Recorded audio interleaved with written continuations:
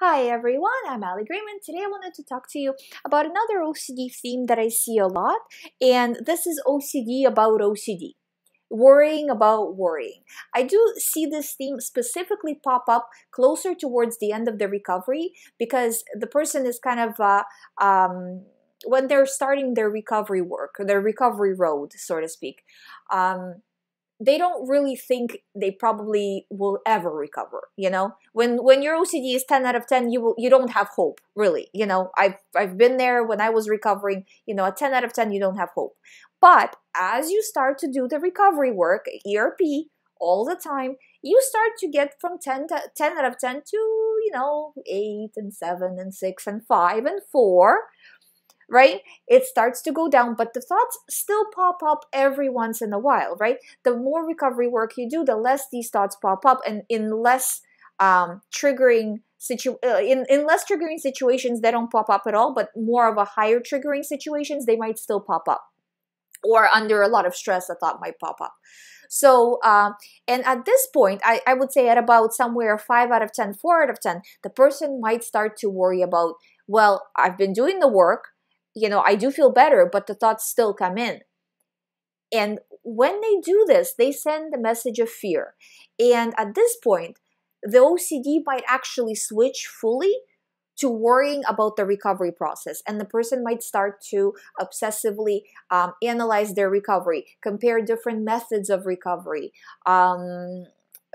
really track their recovery, but not just, you kind of should track your recovery progress, right? Week to week, definitely, but they'll track it extremely closely, in a healthy way, always analyzing the process, and analyzing not from a position like, okay, I'm doing good. Did I do everything I was supposed to? Yes. Okay, I'm recovering. But from a position of, oh my God, what if I never recover? This is so bad. I'm worrying all the time, or I'm still getting thoughts, or you can't show fear. You can't allow yourself to obsess about any topic, even if the topic itself is OCD. It's a theme, just like any other theme. And it's very important to understand that not only you can't, and kind of an offshoot of that is worrying about the physical symptoms of OCD. This is kind of also goes into the sensory motor OCD, but also into worrying about worrying, OCD about OCD as well. So it's kind of like a mixture of both.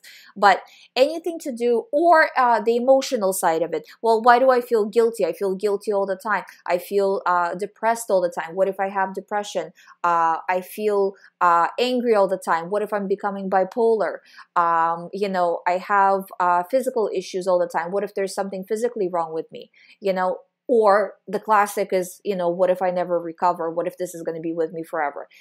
Do you see how I'm using what if in all those sentences? What if means it's OCD. Don't even engage it. Just say, no, it's OCD. I'm not buying it. Other people are experiencing this. This is really common. And it doesn't necessarily have to be towards the end of the original theme, like when the original theme is getting better.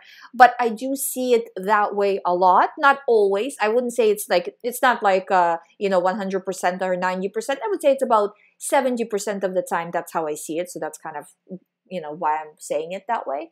And you just have to be aware of it, that if you're getting too caught up, if you're reading way too much on OCD, and when you're reading about it, you're not reading from a position of like, I just want to learn, there's no fear here, everything is fine, but from a position of, I'm scared, I need to figure something out, I need to figure out if I'm recovering. You can't show fear in anything, not in fear towards the symptoms, not in fear towards recovery, not in fear towards the original theme. It all is off limits. Realistically speaking, you don't actually need to track your recovery. You just need to track your actions. If you are reacting correctly, if you're doing everything correctly to the best of your ability, nobody's recovery is perfect. It's a few steps forward, then a step back, a few steps forward, then another step back. That's okay as long as there's a few steps forward, not one forward, one back. That's not good. But, You know, as long as you're pushing the best you can, the pushing will get easier. It's always the hardest in the beginning. So if you can just get yourself through that 10 out of 10, you know, like I said, into the 3s and the 4s out of 10, you know, the hard part is behind you. But just watch that during this kind of the lighter period when it comes to the original thought, that the thought about recovery doesn't start to come in, you know? Yes, you will get OCD thoughts from time to time, you know, at 3 out of 10 OCD. You know, that's normal. Your brain has been in this OCD for a long time. It will take a while to unplug. This is not a metaphysical situation. There's physical processes taking place in the brain. You know, the brain is reprogramming how it's viewing these thoughts. This is, I mean, on a physical level, it needs to heal. And every time you are doing any kind of a fear response, you are taking a step back and kind of messing it up more, right? So you can't allow yourself to do that. You have to look at it that, no, my recovery is more important than doing any more reassurance, any more checking, any more gauging, analyzing, you know? And choosing not to do that, even if it just has to do with the process of OCD, not feeding it fear. If you do this, nothing will stop you from recovery.